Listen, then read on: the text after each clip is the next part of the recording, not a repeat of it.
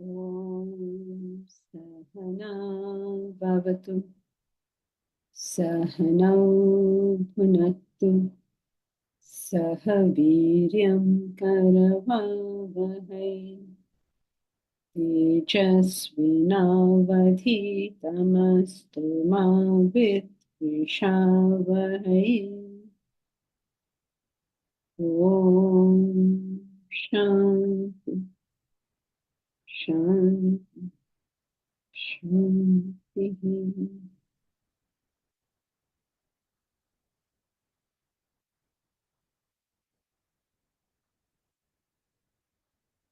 Together we will chant Bhagavad Gita, chapter 14, verses 18 to 27.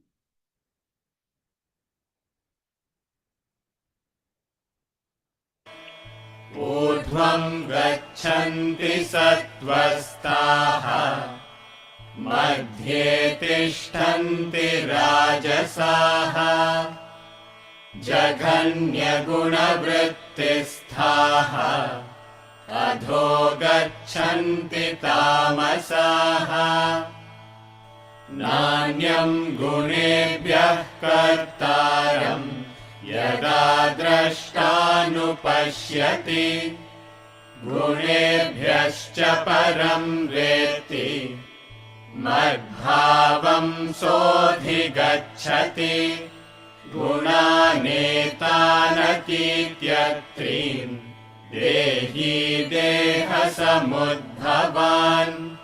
जन्म मृत्युजरा दुःखैः विमुक्तो मृतमश्नुते।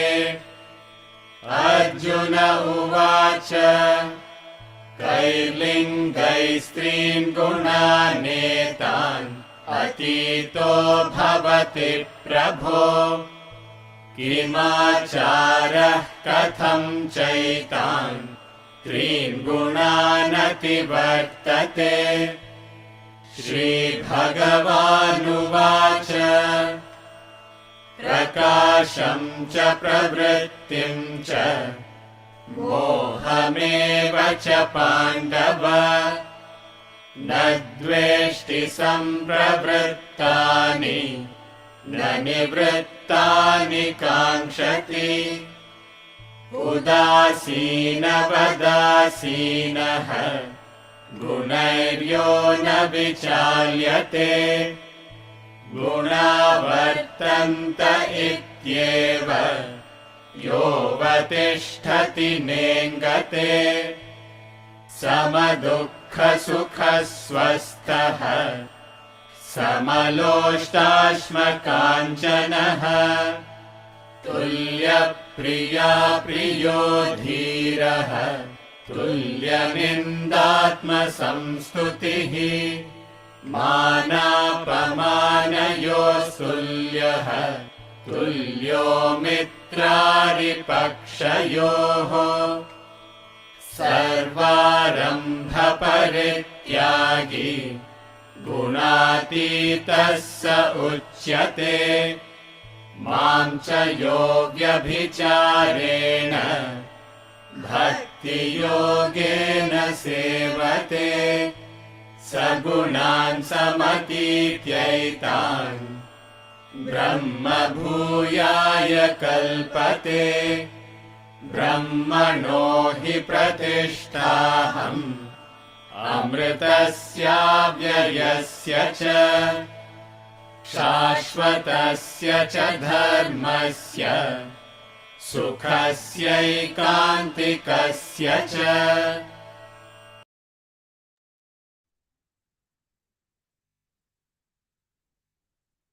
So I understand that you all had a small group discussion last time. And so you can present the question and the answer. Who was the monitor? I was the monitor.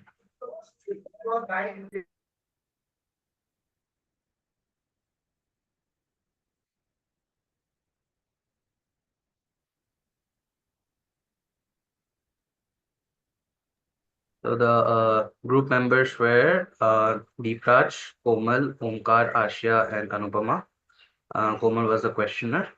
And the question was, what are the signs that an individual can use to identify their spiritual growth? And we didn't reach a consensus. Do you have a reason why you didn't reach your consensus? Because when you don't reach a consensus, you can tell us which is the point on which there was a disagreement. So we know that it's a focused discussion and not you all spoke so much that you had no time to write an answer. Yeah, the reason was that people left early. People left early. Wow. How irresponsible. I don't understand. This is about, don't do it then.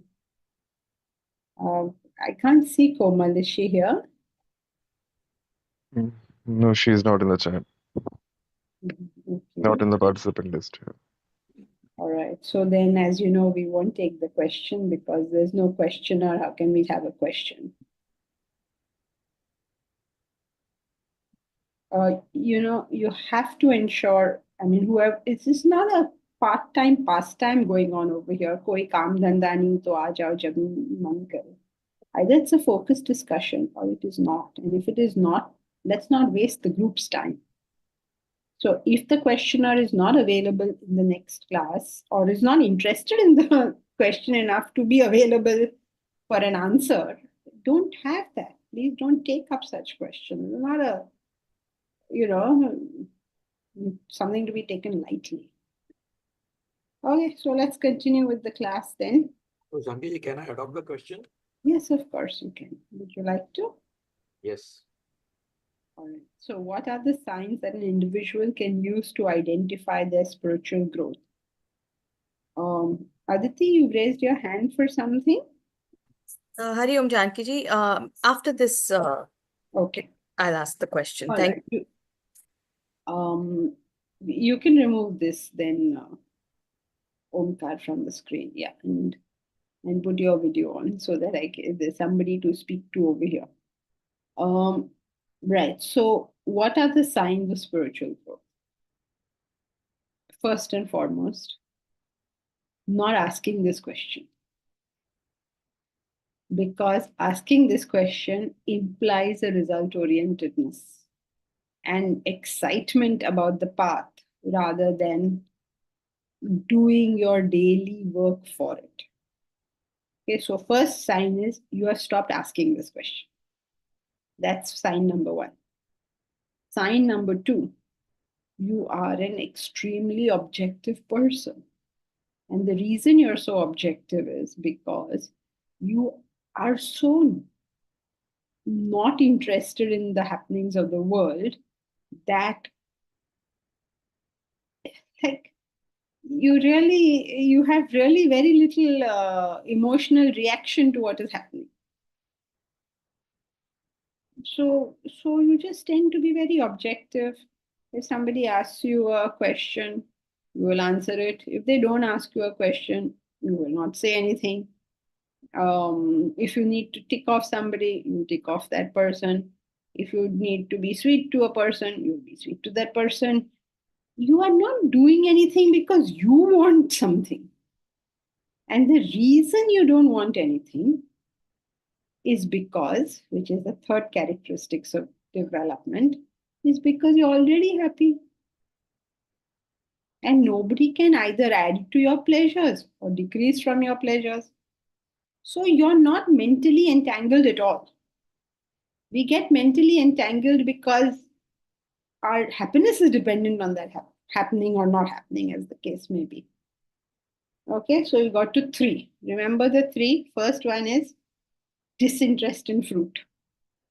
Second one is, tell me. Objectivity. Objectivity. Third one is, Happy mind. you're already happy. Fourth one is dynamism. Dynamism because your tamas has gone away. There is very little tamas, so now what will you do? You can't sit down and do nothing. So your actions will be dynamic, your emotions will be dynamic, your thinking will be dynamic. Dynamism is the next one.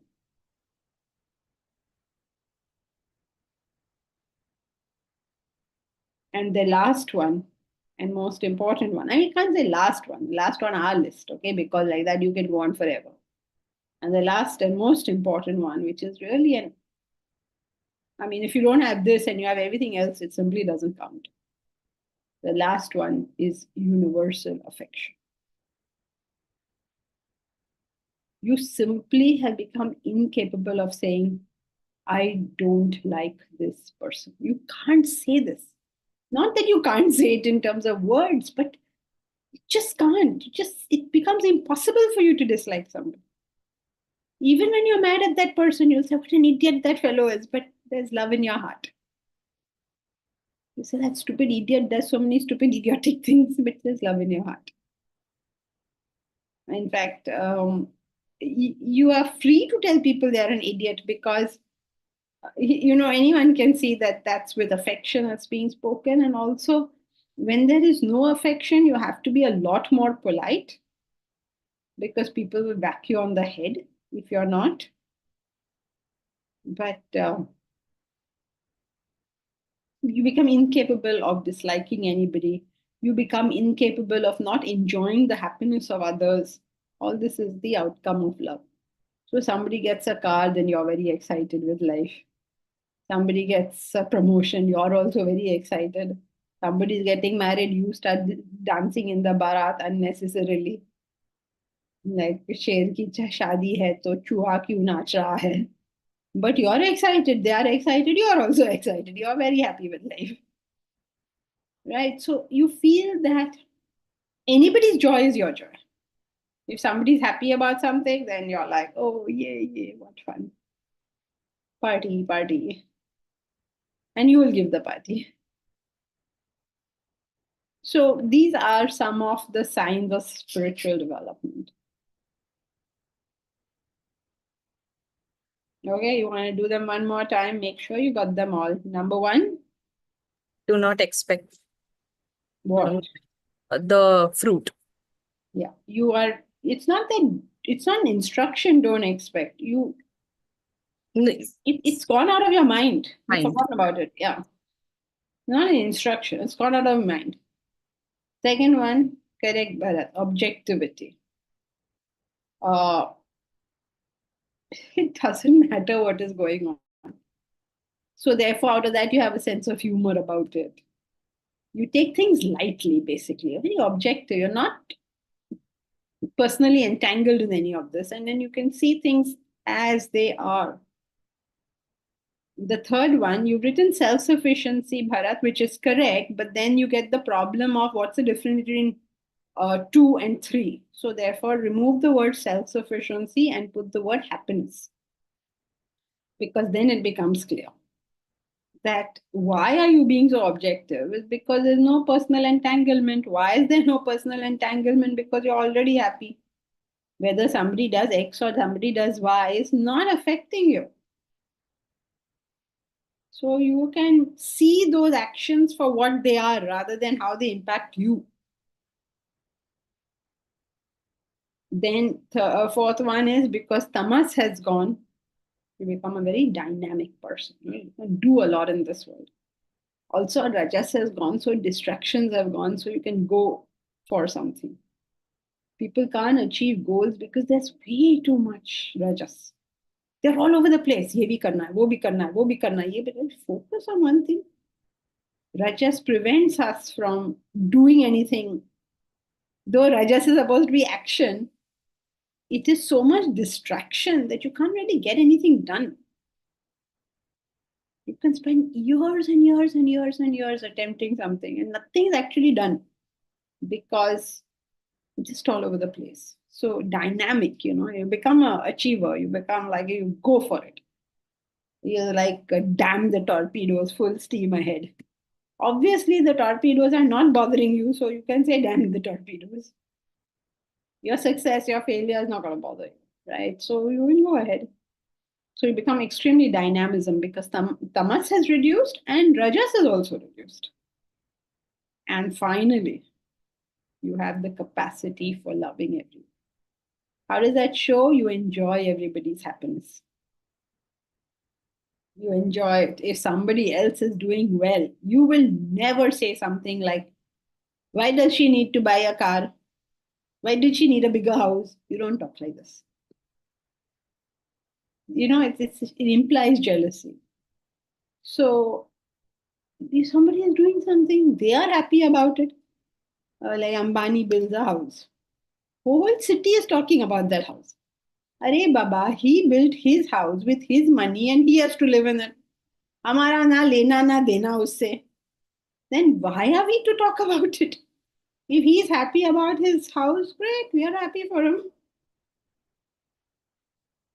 So everybody, you have no idea how much conversation that house of his created. Oh, it's so ugly. Arey Baba, if he wants to live in an ugly house and he's happy with it, good for him, right? I don't have to, he didn't use my money. I don't have to live over there. He's not forcing me to live over there. So what? I don't know if you remember, all Mumbaikars may remember when he built the house, how much reaction in people. All the jokes started. You remember the funny one was about Nita Ben. You remember that one? Nita Ben got up in the morning and then the dhobi came, but the clothes were on floor 2. Then they all had to go to hunt for the key on floor 18. And they started because the key could not be found. So Mukesh Bhai's clothes were not delivered. They made this whole story out of it and about how living in that house was so difficult for them. And it was quite funny actually because you know how people see it from how it would be in their house, like Dhobi Hai house, ko kapde dene hai, Nita Ben is looking for the key to that house, jahan kapde rakhe hain, and all stuff is going on. It's quite funny actually. And then Mukesh Bhai can't find his key to the house, to the car because it was left on floor 16. So sab daud rahe hain ki chavi kahan hai. I wonder if anybody who lives at that level lives in this kind of disorganized manner. But it was funny. But the thing is, can you be just really thrilled that we have an Ambani, we have an Adani in the country, people are going up, they're doing so well. Are we very thrilled about this? Are we thrilled that we have so many million billionaires in our country? Oh, they're like, oh, the rich are so horrible. What is your problem? If you want to be rich, you be rich. If you don't want to be rich, don't be rich. So, rejoicing in the welfare of others. That's your most important one. Are you happy for other people? Have you become incapable of disliking somebody? You can't do it. You don't know how to do it anymore. And all this has got nothing to do with the other person. The mast maula. तुम लोग enjoy कर रहे हो. I mean, a revolved person is enjoying life. कोई उसके सामने आया तो he also enjoys life. No, but please don't misunderstand this. That doesn't mean that they don't achieve, that they're not very specific, that they're not very disciplined. That's not what it means. They can whack you over the head also. They can dance with you also. They are okay with both sides of this coin. For the simple reason that they are not dependent on your opinion. They're simply not dependent. So sometimes you tick off your child and your child says, I don't like you. Then what do you say? So cute, you do, no? Love in the heart. Yes, Omkar. Janki ji, can we add to this list getting an answer that is even close to the final answer in a group discussion? Because we never seem to get an answer which is correct. What? To Yeah. add to the list of points, getting an Yeah. answer in group discussion. Which is even close to the final answer. Why It you're invariably- not? I thought Deeparaj had a good answer, which was that the 35 qualities of a bhakta, and I forget the number, but of the karma, of the jnani. Hmm. And he said that why do we have to reinvent the wheel when the Lord himself has given us the answer? And it seemed like it seemed like a good answer. And yet it's not. No, it's an acceptable answer. It's an acceptable answer. You can answer a question in multiple ways. You have to decide how. Now, if a person in group discussion asks you, tell me the qualities, and you say, okay, 35 qualities of the jnani, of the bhakta, and 20 qualities of the jnani, that means now that person is left to have to study 55 qualities. So, if you are a charitable person, you summarize it for that person. But the answer is correct. There's nothing wrong in the answer. Because, okay, so now you will go through the entire list with that person, explain each quality. That is how you don't have an answer finally, because that person is struggling. Okay, adveshta sarva bhutanam. What does it mean? It means love for everybody. Now, what does love for everybody mean? Chalo, ab 3 saal ka course yahi karo. So the answer is correct, but if the person is already familiar with all this, you can say, yeah, those are your yardsticks. That's correct. But if the person is not familiar or has to be explained the qualities, then you're in big trouble. So it's better to summarize. All those qualities are summarized in these 5 qualities we spoke of.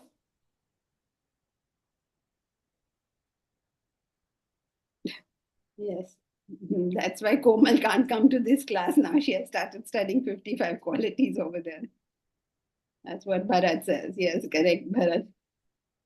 Gandhiji, one of the answers was also reduction of desires. Is that one of the parameters? Can one actually understand whether one's desires are reducing or not? To say reduction of desires is begging the question.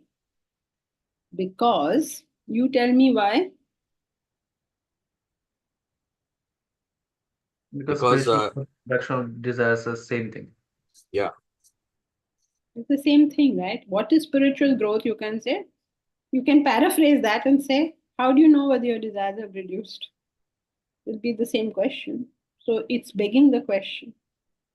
You know what is, for those who are not familiar with the term begging the question means, at least in the way we use it, which is the traditional way of using this term, is to repeat the question in different words. When you beg the question, that means you are not answering the question, but you're repeating the question in different words. Today, the term begging the question has changed its meaning because English is so dynamic and the meaning has changed. In today's language, most people use it to in the sense that what are the qualities of spiritual growth? I could use it in a sentence like this. What are the qualities of spiritual development? If you ask such a question, if to understand this, it begs the question, what is spiritual growth? Begs the question in that sense means it forces you to ask this question. Okay, that's how many people use it today, but I'm just attributing it to the fact that they never went to the dictionary and found out what the term begging the question means. So, begging the question means that you are repeating the question in different words, like the one we have done in How Do You Know What You Know? And from the book Clearer Thinking is this very good example. Why does this drug cause sleepiness? That's the question. Answer is, it is a soporific drug. What does this word mean? It means drug, sleep inducing. So it's called begging the question. You merely repeated the question in different words. Okay. But Janki ji, in this example, the answer seems like not begging the question. Why is the drug causing sleepiness? Is asked by a person who's probably not aware of the composition of the drug. And when the answer given is because it has ingredients that cause sleepiness, in a way, isn't it an answer? Although it How is seems it an answer? because the questioner is probably not aware that this drug has elements that will result in sleepiness or cause sleepiness. You are attributing a particular level of stupidity. I mean, how can you not know that if you're asking the question, how does this cause drowsiness? Then So the assumption is there is something in that is causing drowsiness, right? Oh, that way. Otherwise, like how? Like what? By miracle? Like what? Something has in that particular element, in that particular pill or whatever it is you've given for, has to cause it. So he's asking, what is it that is causing it? And you're saying, oh, it's a sleep-inducing thing. Oh, that way, correct. If the question was, I'm feeling sleepy these days, and the answer is, are you having, let's say, cough syrup, and that might be causing sleepiness, then that's an answer. Yeah, Okay, that get the could be a difference. possible answer. If you cannot say because, I mean, yeah, you can't say, you can't just repeat the question. Why am I being drowsy nowadays? Something is making you feel drowsy. Mad or something, obviously. I mean, that is why people who are intelligent and rational find it extremely difficult to deal with people who have not been trained to think, because it's like, what, are you mad? Or as the Parsis would say, gadhe do che. Like they won't answer the question and then leave it at that. Like, how can you even ask that? That makes no sense to ask. Right? So it's very important that we are trained in thinking. In fact, one of the biggest tragedies of Vedanta is that nobody comes to Vedanta trained in thinking. And since they're not trained in thinking, they neither can formulate questions, nor comprehend answers, nor execute the right things. And it's a big problem. And you may think that, okay, let's solve this problem. I also thought that at one time. And the result is there. There. Can you see? Oops. This is ulta, no? How do you show this? There. Can you see it? Did it do any good to anybody? No, unfortunately. Nobody could finish the book, forget taking any benefit from it. So, when we are young and innocent, we have all sorts of solutions to problems. As you grow older, you realize that these are a bit futile. And you know why all solutions to problems are futile?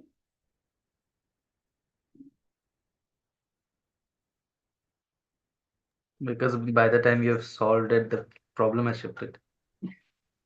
No, because if you solve it, the problem doesn't shift, it's gone forever. If you have taken a like a painkiller, then it has shifted. Because of incorrect understanding of the problem. Maybe.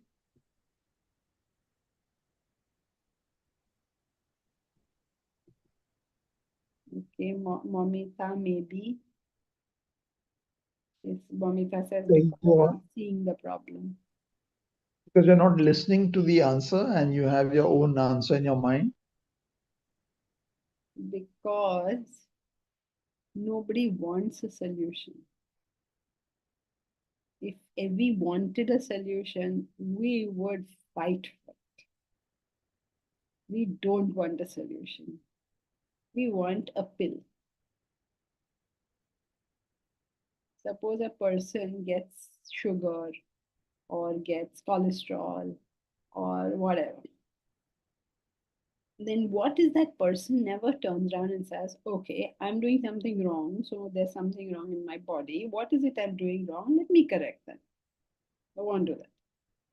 They and their doctor will say, you continue doing all the nonsense you want and you take this pill. Because doctor has also given up. Nobody's going to change their lifestyle. Nobody's going to do all. You just take the pill. Mera sir nahi kha. Right? Bharat, there's no recognition of the problem. Yes, all these answers are true, but the real fact of life is we don't want a solution. We want mollycoddling. We want people to tell us how great we are. We want people to say how correct we are. We want everybody to, to appreciate us. Uh, we want to feel good. We want so many things. We don't want a solution. So Swamiji used to always say that teaching Vedanta is never difficult. It's the simplest, easiest thing. The difficulty is in explaining its value. Vedanta is just so simple. In itself, it is simple. Executing it is very simple. It is not rocket science of any type. And yet, somehow, every time you hear Vedanta, it's just very complicated it sounds, even from teachers of Vedanta. It sounds so complicated. Sounds like there's something really esoteric going on here. Because people want all that.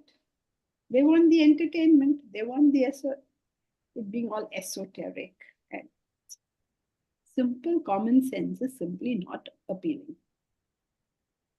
So why don't we solve our problems? Because we really don't want to solve them. And the reason we don't want to solve them is we understand, everybody understands, solving your problem takes effort. That effort is painful.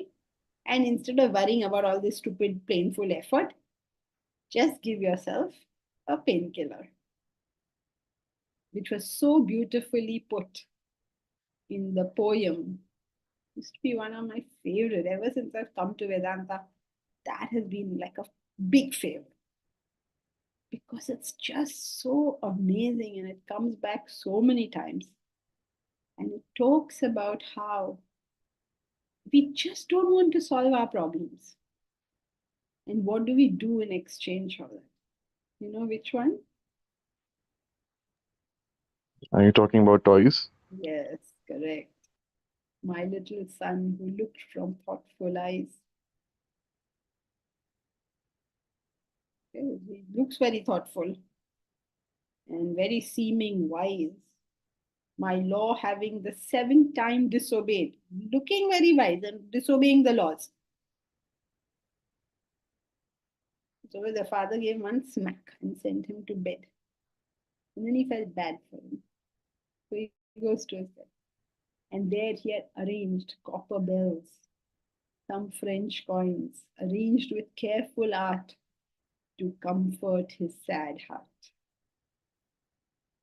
And that line holds the whole story of our existence. You arrange all things with careful art to comfort the sad heart. But that is not solving the problem. That is only a band-aid. Don't we do that? We put everything right. If your career is not right, you put that right. If your relationship is not right, you put that right. If your health is not right, you put that right. All this, put it right. Arrange with careful art to comfort your sad heart. Not to say you shouldn't, but along with this, find the solution. What is the solution?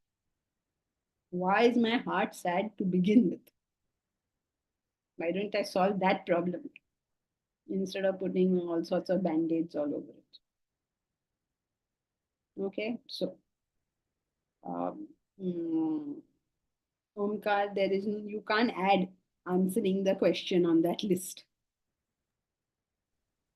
Answering that question on the list is merely an indication of disciplined thinking, which is so absent, I cannot tell you. In fact, more and more people should start attending the group discussion. Serious students should attend group discussion. It happens every Thursday, 7 to 8.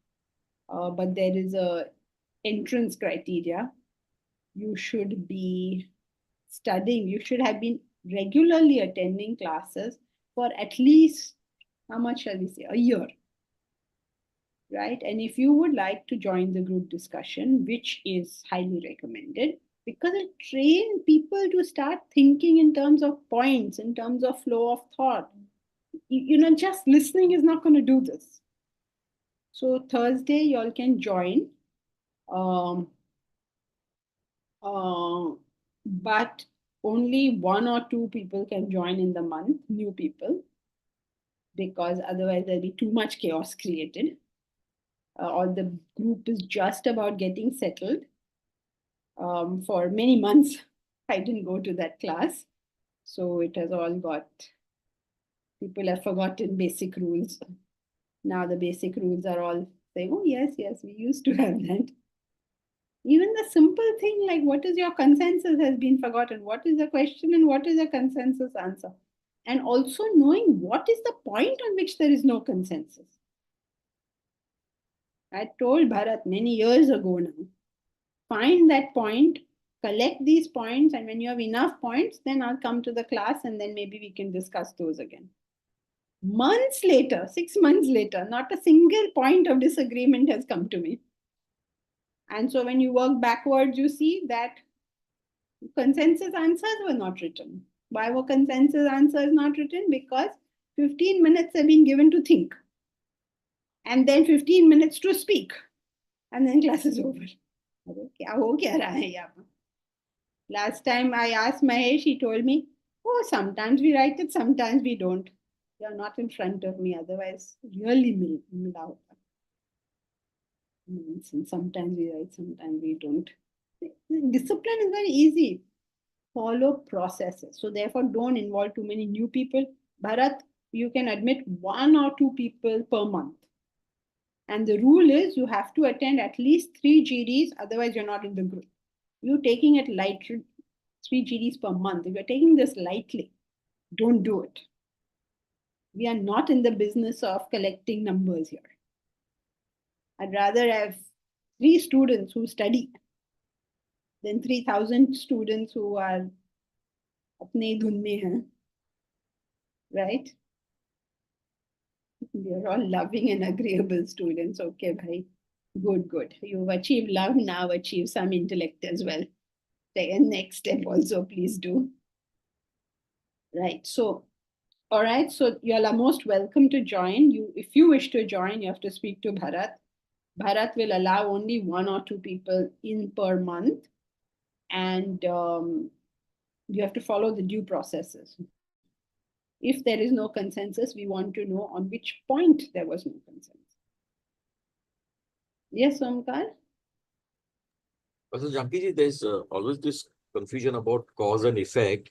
For example, we had discussed in the past that when one doesn't revel in an experience uh, and create more desires. So if you have a happy experience and you revel in it, you create more desires. Would that be a cause or would that be an effect? I don't know. You have to define the term revel in the experience. If you have a Like happy, you have a happy experience and you relive it by discussing it with others. Oh, what a good time we had, and that creates more desires for having that again. Uh, so we had this discussion sometime in the past that one must. I'm not sure whether it was an instruction or was that. So that's the cause effect confusion. Does that happen, or does one do it as a practice that you don't revel in experiences and create more desires for those kind of experiences? yes, you don't revel in the experiences mentally. Now, somebody, if Sheetal says, oh, we went to, where did you all go? Dubai. We had such a nice time. You say, don't you dare revel in that experience. Then that is not what is recommended. Mentally don't revel. Mentally means you just remembering and remembering. And say, you don't do it.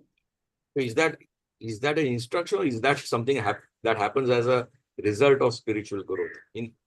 No, it is a practice. It is a practice. Yeah. You get on to life, no? Go further now. Dubai was wonderful. Now where do we go? Now what next? What am I supposed to do next? I'm back to Mumbai. What am I to do next?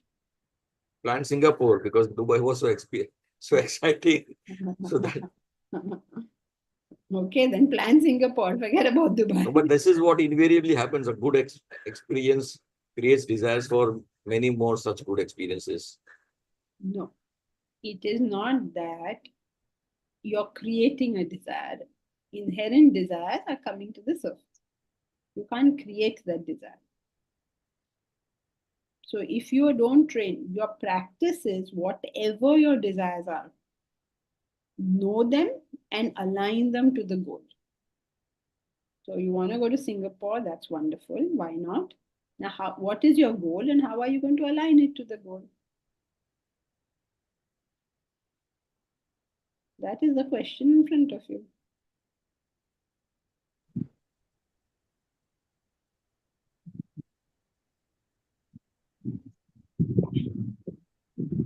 Okay, Momita. Yeah. We then only create art that aligns with the solution.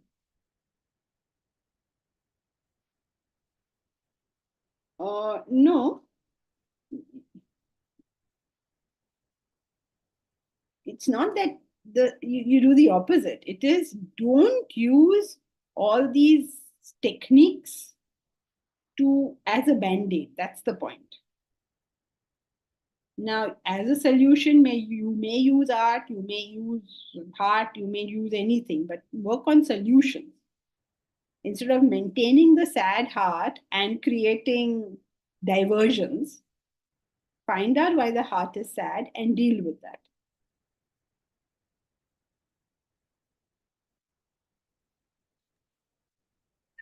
Janki ji, earlier you said in the context of study of Vedanta that teaching is not so difficult, executing is not so difficult.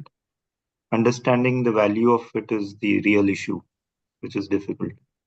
But the second point, executing, at least in my experience, is extremely difficult. Because you're maybe executing at too high a level. You have to bring it down to your level. Like, suppose now you're a runner. I don't know what is your record. Let us say you do 1 kilometer in, how much time do you do 1 kilometer in, or 5 kilometers in? Give me some number. Huh? Maybe 40 minutes, 5 Okay, kilometers. you do 5 kilometers in 40 minutes. Now, suppose you say, I'm going to do 5 kilometers in 20 minutes. You will say, I find that extremely hard. Right? But if you do your 5 kilometers in 40 minutes, then go to 39 minutes, then go to 38 minutes, one day 5 kilometers in 20 minutes may be achievable. But if you start day one only saying, I want 5 kilometers in 20 minutes, obviously it will feel like that. So you have to bring it down. If something is seeming like too much, bring it down. Make it my next step. That may be my goal. But I have to know what is my next step. Okay. Like we want to set up university. You want to do that. But you can't say, I want to set up university. First, you have to bring water to the land. Thanks to Kalyan, now we are going to be getting water to the land. First step, bring water to the land. With the hard work of our Kalyan and Jayashree, we have now got some funds to bring water to the land. Now, water to the land is very far away from putting university up, right? Yeah. But that's our next step. We do this much. Once there's water, or as we start the water process, we start the electricity process, then we start the road access process, then we start the, so these are all steps. You can't just say, okay, I need 108 crores. Let me get 108 crores. No. Start with thousands, then you go to lakhs, then you go to half a crore, then hopefully you'll reach 1 crore, and stuff like that. So if execution is extremely difficult, that means the intellect has not yet been fully applied to what is to be executed. Okay. Suppose it's a relationship. Suppose a man is fighting with his wife every day. Then what can be his goal? Fight alternatives. Good. Even that he may find difficult. So once a week, I will not fight. At least start with that. Once a week. No fight today. One day you have to leave as no fight zone. Any day you want. I suggest you keep it on Monday when you're very busy. So it's achievable. Then you come to Sunday will be difficult because of the sab ghar mein hai. So go step by step in anything, whether it is a run or a relationship. Step by step. Suppose you No, say, I was sorry. No, I was trying to relate to that point on development signs for a spiritual growth. Where the first thing itself is disinterest in fruit. That is the most difficult. Okay, so you have to start with disinterest in fruit. Means how do you start that? Now, how do you bring it down? I am very, very interested in fruit. Let us say. Okay, let's say we want to put up Vedanta University and we are very, very interested in the fruit. Now, what do? You tell yourself, look, by chanting Vedanta University, no university is going to come. What is the next thing I have to do? And then you focus on that one next thing. Right? Suppose you want to go for a job interview. You want a job. A bad example for you because you're interviewing everybody. So suppose okay, let's do it the other way around. The candidate has come, you're interviewing the candidate. So you can see, right, if that guy is like, oh, I have to get the job, he can't speak to you. So let him forget that for the moment, just for the half an hour that the interview is on. Say, I will not think of it. Or a student who's gone to the exam. Just for 1 hour, 2 hours that the exam is on, I will not think of this. So bring it down until it becomes achievable. Like how we did university, 108 crores. कर सकते हो? नहीं कर सकते हो. चलो यार आधा करते हैं. Phase 1, 50 crores. कर सकते हो? नहीं कर सकते. अच्छा चलो, let us just build the first phase A of 1, 20 crores. कर सकते हो? नहीं हो रहा है. अच्छा ठीक है, 6,000 square feet can you build? 4 crores वो भी नहीं हो रहा है हमसे. तो फिर कर क्या सकते हो? You can get water to the land. Chalo, get water to the land. So you bring it down. Whenever you're finding it too much, just bring it down. Okay. Okay, thank you.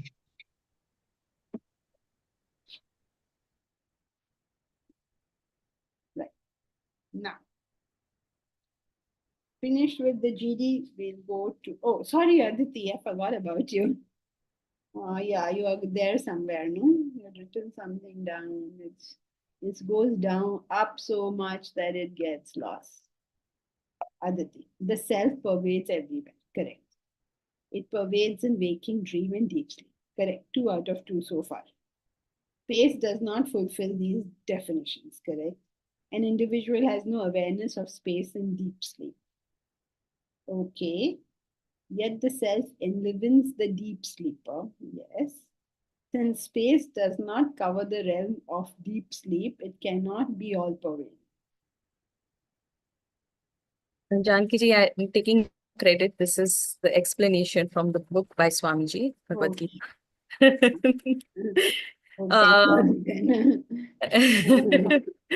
I just want a little bit more clarification, especially where it says that since space does not cover the realm of deep sleep, it cannot be all pervading. My confusion is that, but an individual has no awareness of the self in any of the 3 states. So why is it only saying about the deep sleep? So that's where the confusion is. Why is it saying about deep sleep? Like, you're missing the point. Follow law of thought. Follow law. You can't ask that question from this thing. okay. You can ask it independently. We have no cognition of the self, and so therefore, whatever your point be. Yes. Or what is the flow of thought? That the self pervades everything. Yes. It's just differentiating between why space does not fall into the category of the all-pervading reality. Right? Because what is reality? That which exists in all periods of time. So what happens in the case of deep sleep is, in your perception, there is no space. In fact, it's also true of your dream, because your space in dream is different from your space in the waking world. But he has kept it simple, because it just becomes too much sometimes. So he has no awareness of space in deep sleep. Right? So as far as you're concerned, there is no space in deep sleep. Correct? That much is clear. Yes. So therefore, space does not fall into the category. Now you're saying, but in that case, I'm not aware of the self at all. In none. So the point there is that you are claiming that you're not aware. But that's not true. You're all the time saying I something and I something. Your sense of I is available with you at all times. That's why you say, I slept well. How can you claim you slept well if that I was not available?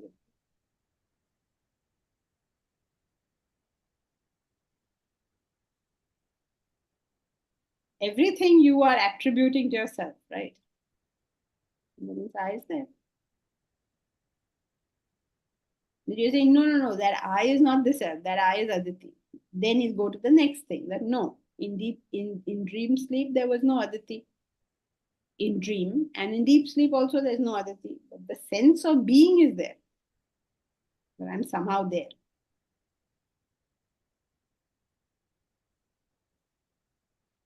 Janki ji, an individual has no awareness of the space in deep sleep is talking from the point of a waker. In what sense?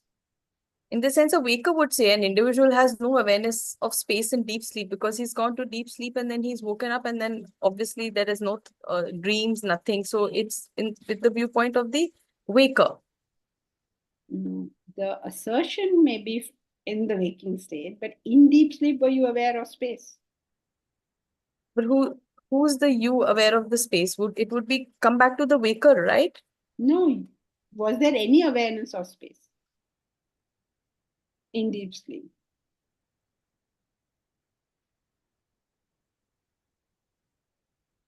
I don't know that I'm being able to put forth the No, you are.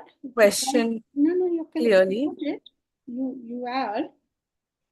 You say that Aditi says, I slept well in the sense of deep sleep.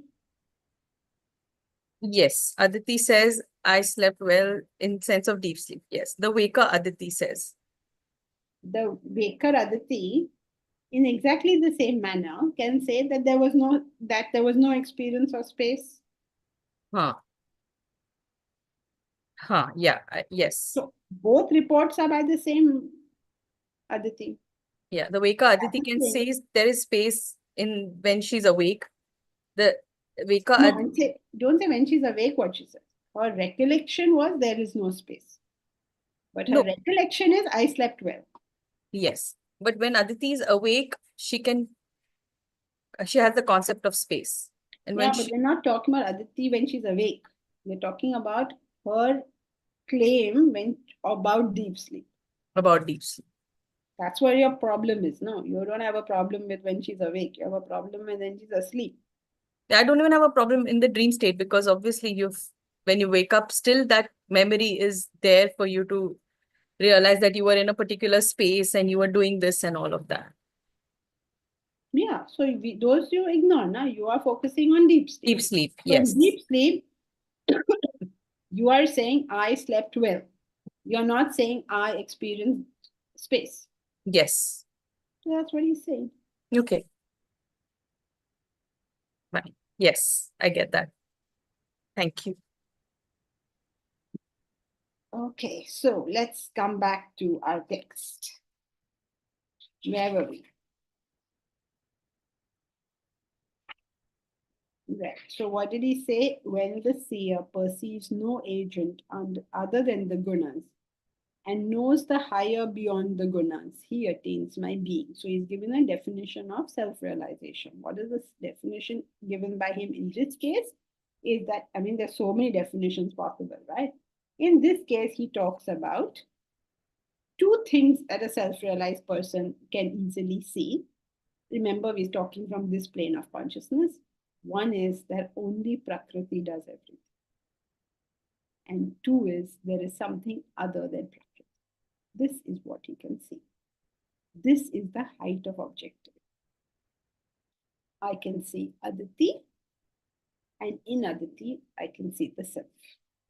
I can see Mahesh, and in Mahesh, I can see the self. I can see Mamita, and in Mamita, I can see the self. If any one of us can do this, they're a self-realized soul. Because it's complete objectivity. Why is it complete objectivity? Because you are able to see the whole picture. The whole picture. Suppose you say something like, oh, those are his gunas. That's how he behaves. Then you're not objective because You're seeing the guna and you're seeing you're seeing them separately. You're not seeing the self. You're not doing separately. So the gunas are separate from the self. you're not seeing that. That is why you are reacting to the gunas. You have a reaction, right? This is good, this is bad, I like it, I don't like it. All this reaction is taking place. I don't like it means I don't like him or I don't like her. All this reaction is taking place because you can't identify the self. So you can see everybody exactly for what they are. And you see them as the self. You see them as the self means you see you and they are the same. So this is the height of objectivity because you're seeing the whole picture.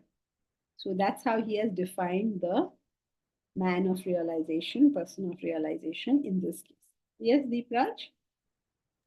This objectivity is not from the intellect. You can't say it's not from the intellect because if you claim that, then where is it from? However, you can say it's not the intellect that is trained to do this. It is spiritual growth that gives about this result. I mean, you can't go to a seminar and educate a person. Look at it like this. He won't. But as he grows, then it's just that his intellect just expands. And then he begins to see things that other people don't see. That is why it is known as the Jnana Chaksha. You see things that other people don't see. No, but he's seeing the self.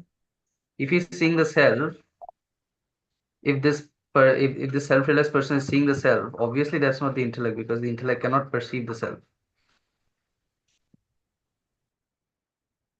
That's why I said this is from the third plane of consciousness. So in this case, you say that it is the, how are you going to word this? Perception instead of objectivity.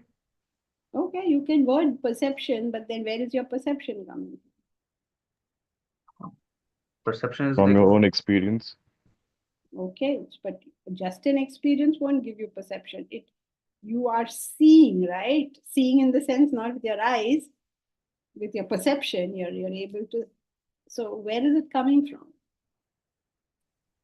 Like, is it coming from your body? Is it coming from your mind? Or is it coming from your intellect?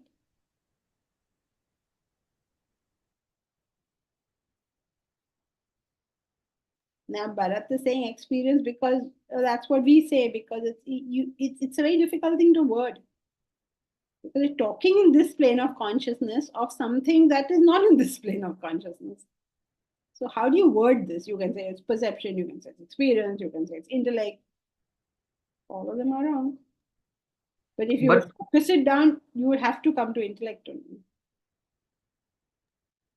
no, but whatever this objectivity is different from the objectivity that we experience in the third plane of consciousness, right?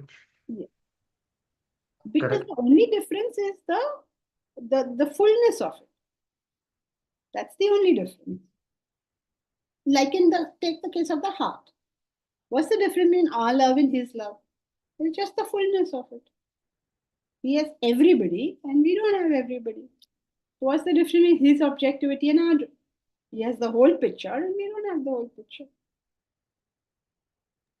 Thank you. So this is the complete state of objectivity. When you reach that state, what happens? Completely freed from birth, death, old age, and pain. Meaning what? Not subject to change at all. And attains immortality. Attains immortality means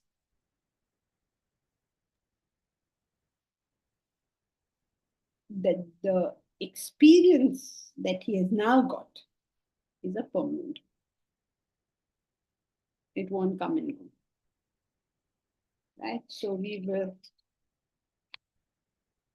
Oh. We still have to do verse 20, is it? Did we leave it together? So we will do it next time. We will study the qualities. So Arjuna asks, so what are the qualities of such a person?